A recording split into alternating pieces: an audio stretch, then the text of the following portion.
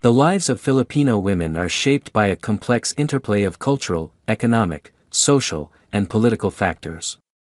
As a diverse country with over 7,000 islands, the Philippines hosts a rich tapestry of traditions, languages, and histories that influence the roles, expectations, and experiences of women. Over the years, Filipino women have demonstrated remarkable resilience, adaptability, and strength, navigating through various challenges and opportunities in their personal and professional lives. Cultural and historical context. Filipino women's roles have been influenced by a mix of indigenous traditions, Spanish colonization, and American occupation. Before the arrival of the Spanish in the 16th century, women in many indigenous societies in the Philippines held significant roles. They could be leaders, healers, and warriors. The Babaylan, for instance, was a priestess and a spiritual leader who wielded considerable influence in her community. However, Spanish colonization brought with it a patriarchal system heavily influenced by Catholicism, which redefined the roles of women. The ideal woman became one who was submissive, pious, and dedicated to her family. The concept of Maria Clara, derived from a character in José Rizal's novel Nali Mi Tanher, symbolizes this ideal. Maria Clara represents the demure, modest, and self-sacrificing woman, traits that were promoted as virtues during the Spanish colonial period. Despite these imposed ideals, Filipino women have always found ways to assert their agency. Even during colonial times, women played crucial roles in the fight for independence. Figures like Gabriela Silang, who led a revolt against Spanish colonizers after her husband was killed, demonstrate the courage and leadership that many Filipino women have exhibited throughout history. Economic participation and labor. In contemporary Philippine society, women's participation in the workforce is significant. Filipino women are present in nearly all sectors of the economy, from agriculture to business, and from education to healthcare. However, the nature of their participation is often influenced by gender roles and expectations. Many Filipino women work in industries traditionally associated with femininity, such as teaching, nursing, and caregiving. The Philippines is one of the largest exporters of labor in the world, and a significant portion of overseas Filipino workers, OFWs, are women. These women often work as domestic helpers, nurses, or caregivers in countries across the Middle East, Asia, Europe, and North America. While their remittances are a vital source of income for their families and the national economy, these women often face challenging conditions abroad, including long hours, low pay, and sometimes, abuse. The phenomenon of Filipino women working abroad has also led to social changes within the country.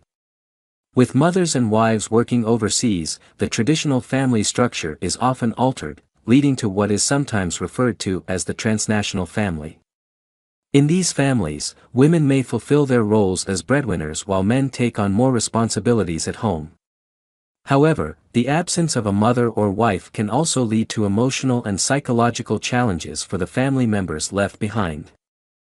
Education and empowerment. Education has been a powerful tool for the empowerment of Filipino women. The Philippines boasts a relatively high literacy rate, and women have equal access to education at all levels. In fact, women often outnumber men in higher education institutions.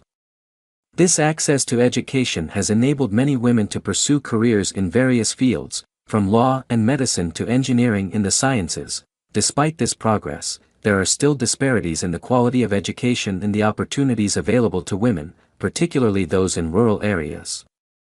While women in urban centers may have access to better schools and resources, those in more remote regions often face limitations due to poverty, lack of infrastructure, and traditional gender roles that prioritize male education.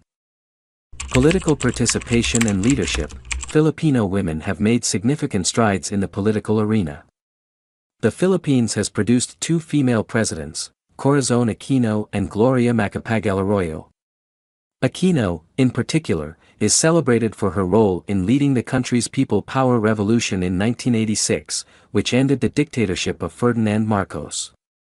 Her presidency marked a significant moment in the country's history and highlighted the potential of women to lead on a national stage. In addition to the presidency, Filipino women have held various other high-ranking political positions, including senators, governors, and mayors. Women's participation in politics is supported by the country's legal framework, which mandates gender equality.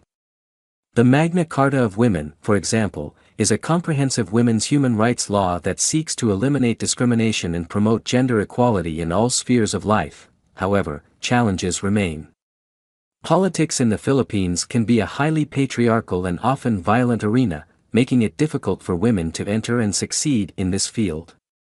Additionally, while women may hold political power, traditional gender norms and expectations can still limit their influence and decision-making ability.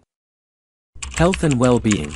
The health and well-being of Filipino women have improved significantly over the years, thanks in part to government programs and initiatives aimed at improving maternal and child health, reducing gender-based violence, and increasing access to healthcare services. The country has made progress in reducing maternal mortality rates and increasing life expectancy for women. However, access to healthcare can still be uneven, particularly in rural areas where facilities and services are limited. Reproductive health remains a critical issue, with debates around access to contraception and abortion reflecting the country's strong Catholic influence.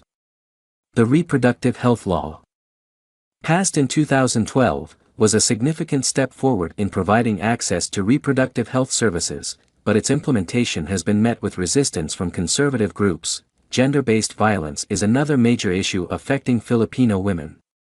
While the government has enacted laws to protect women from domestic violence, sexual harassment, and trafficking, enforcement of these laws can be inconsistent. Many women, particularly those in marginalized communities, continue to face violence and abuse, with limited access to justice and support services.